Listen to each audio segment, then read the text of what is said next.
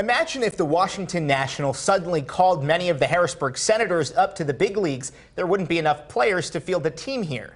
Well, that's basically what's happening with pilots right now, and that's why service is down and fares are up at Harrisburg's airport. Here's Seth Kaplan.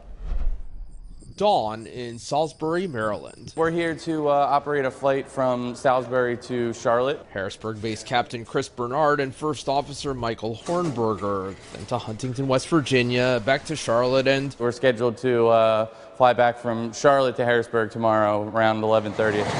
That's the part of the job they expected when they began flying 50-seat jets painted in American Airlines colors, actually working for Salisbury-based Piedmont Airlines. We're wholly owned by American Airlines, so we're part of the American Eagle family. Vice President of Flight Operations, Steve Kiefer. As you buy a ticket on American Airlines, it could be American Airlines or an American Eagle carrier. Chris and Michael also expected something else working for what's called a regional airline. You weren't going to become wealthy enough to, earn a decent living, to buy food and buy a house and stuff like that. But I didn't really expect anything as far as really fat wallet. But then something unexpected happened. When Piedmont put out the new pay scales, my paycheck went, for lack of a better term, through the roof. In some cases, their pay for the next couple of years will be triple of what it was just a year ago or less. The major carriers are hiring from the regionals at levels we've never seen before.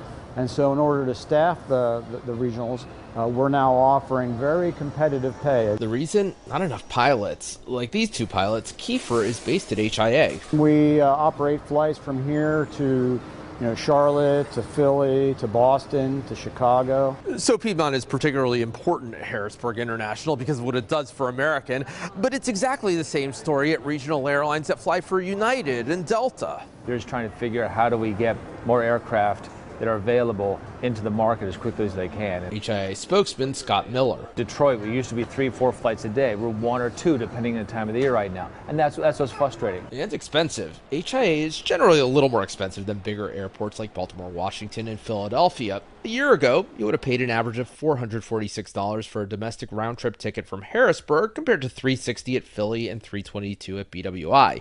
Now, complete data for what folks are paying now won't be available for a few months, but our review of fares shows, anecdotally, a bigger differential. Perhaps no surprise considering Philly and BWI have more airline seats than a year ago, while HIA has fuller planes but fewer seats. If you have 250 people competing for a 100-seat airplane within a 3-week period, the people willing to pay the most are going to get those seats. It's like an auction. It's like an auction. Sold right now to a very high bidder. Hopefully that starts turning around late this year or into 2023. Now alongside better pilot pay and new benefits to go along with the long-time ones. There's nothing better than seeing the sunrise at 30,000 feet. Seth Kaplan, ABC 27 News.